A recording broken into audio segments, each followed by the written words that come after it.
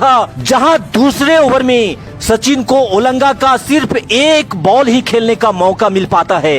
लेकिन ओलंगा के अगले ओवर में सचिन ने ओलंगा को आड़े हाथों में लेते हुए बॉल पे करारा प्रहार किया और बॉल दंदनाते हुए सीमा रेखा के बाहर जा पहुंची। और फिर ओवर की आखिरी गेंद को भी सचिन ने हवा में उठाकर मारा और बॉल उड़ते हुए सीमा रेखा के बाहर जा गिरी। और इस छक्के के साथ ही सचिन ने कुल 12 रन ओलंगा के इस ओवर में ठोक डाले थे। और इसके बाद अगला ओवर लेकर जब ओलंगा एक बार फिर से सचिन के सामने आया, तो इस बार सचिन ने पहली ही गेंद को 4 रनों के लिए सीमा रेखा के बाहर भेज दिया।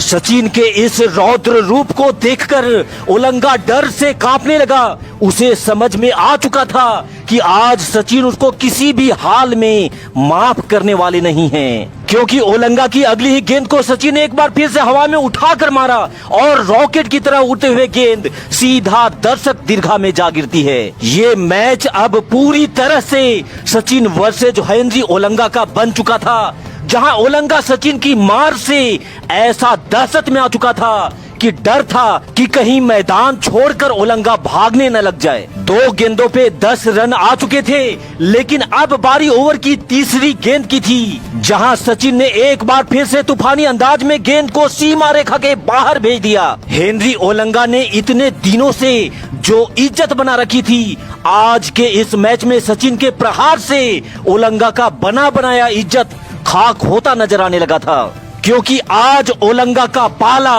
बाप से पड़ चुका था।